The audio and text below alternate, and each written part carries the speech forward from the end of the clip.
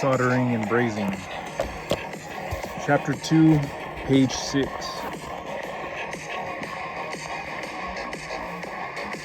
Clarity and simplicity of the two terms. Soldering and brazing can best be achieved by eliminating some of the common names used to describe the processes in the past, such as sweating, soft soldering, hard soldering, and silver soldering. Therefore, this manual refers to points in copper tube made with a non-ferrous filler metal by capillary action. As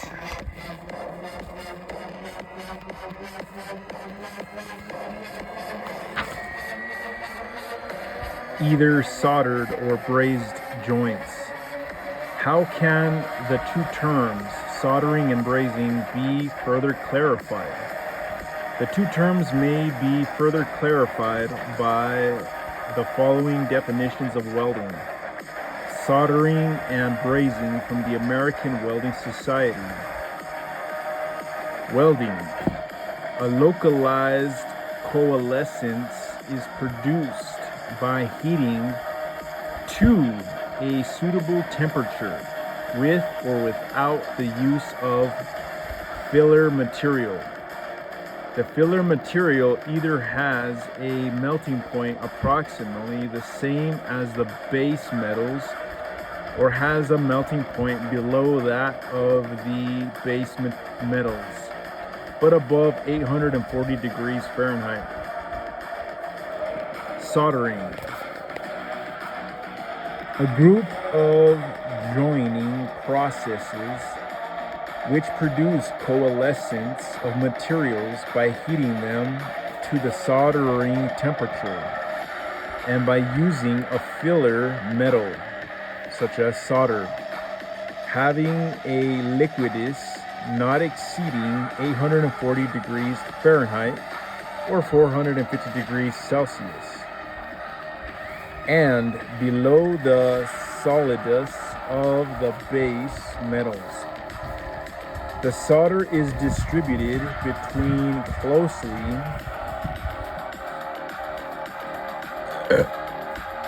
fitted surfaces of the joint by capillary action.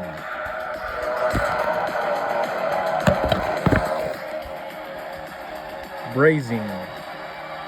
A group of joining processes which produce coalescence of materials by heating them in the presence of a filler metal having a liquidus above 840 degrees Fahrenheit, 450 degrees Celsius, but below the solidus of the base metals.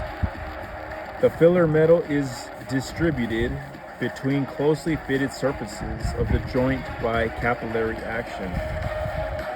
The definition for soldering and brazing is basically the same, except for the difference in temperature.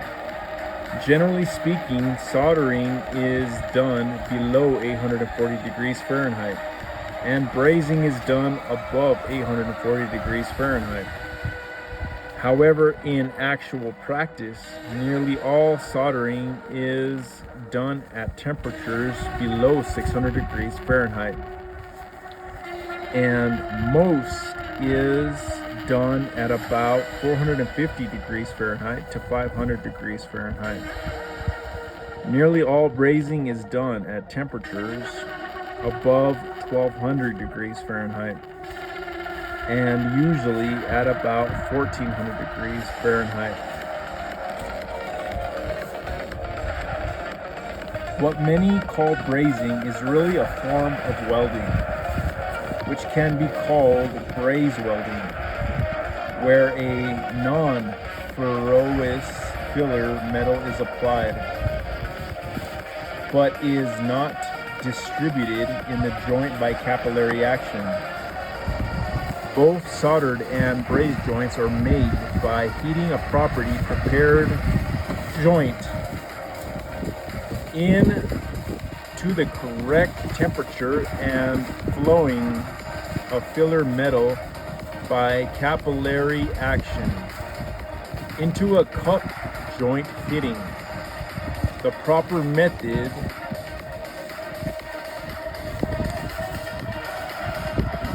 for identifying dimensions of solder joint fitting ends is shown in figure 2-2. The dimensions of solder joint ends for pressure fittings used on copper tube are outlined in table 2-1.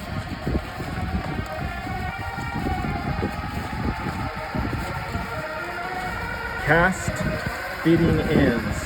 Proper method for identifying dimensions of solder joint fitting ends. This is figure 2-2. Wrought fitting ends. This is the male end.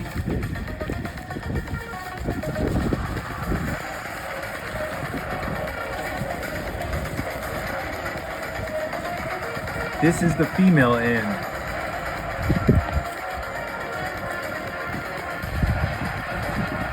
Cast fitting ends. This is the male end. This is the female end. Proper method for identifying dimensions of solder joint fitting ends. The correct method for identifying and designating copper tube fittings by size is depicted in figure 2-3, see figure 2-4, and figure 2-5 for a detailed description of the nomenclature and design of various pressure type copper fittings.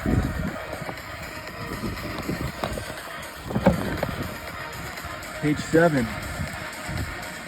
table 2-1, dimensions of solder joint ends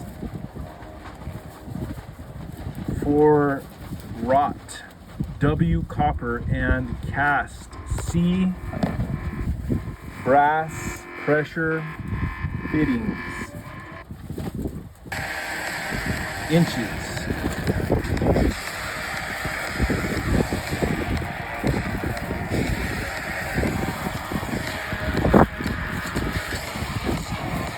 Nominal or standard fitting size in inches. 1/8. The type is W. For the male end, the outside diameter A, the minimum is 0.248 and the max is 0.251. Its length, K, is the minimum is 0.38. For the female end, the inside diameter, female, 0.252 is the minimum and the max is 0.256. For use with tube size, the depth G minimum is 0.31. Under ASTM B88, B819, it's 1. And under ASTM B280, B837, it's 1/4 inch. Shows 1/4 inch. Here's those. I'm not gonna read all that shit. Copper tube under this standard is not commercially available. End of page.